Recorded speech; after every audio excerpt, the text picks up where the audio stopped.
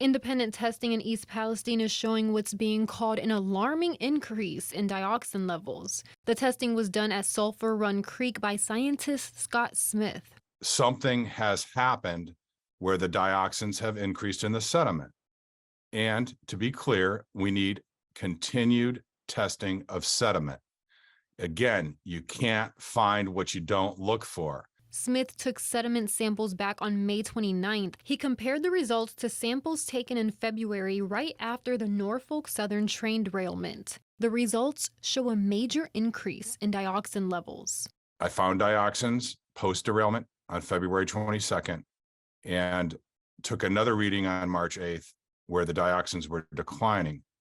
Then my May 29th results from Memorial Day came in from the same location with the sediment showing a substantial percentage increase. Smith believes dust and particles being moved during the remediation work could be what's causing it. What happened between February, March 8th, and May 29th? There have been excavation, remediation of the burn pits. Residents have continued to complain even last week, touching their soil, touching their yard. Smith says the rise in dioxin levels is alarming and it's something that should be looked into further. He feels that testing should be continuous, especially here at Sulphur Run Creek. In my opinion, Sulphur Run needs a lot more testing. And remember, you can't find what you don't look for. If you're not testing the sediment for dioxins, you're not going to find the dioxins.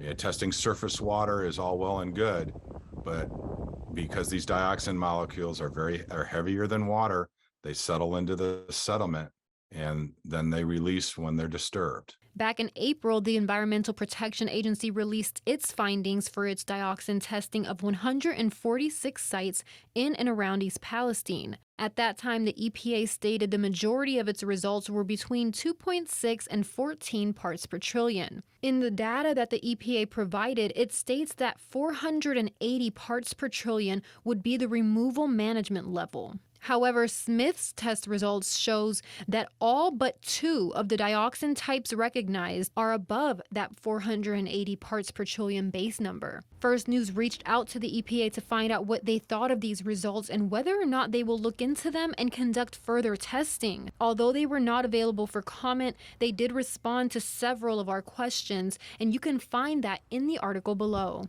In East Palestine, Jennifer Rodriguez, WKBN 27 First News. Hi everyone, I'm Lindsay Watson. Thanks for watching the WKBN 27 First News YouTube channel. If you want more video news, subscribe to our channel. And don't forget to download the WKBN 27 First News app for breaking news alerts.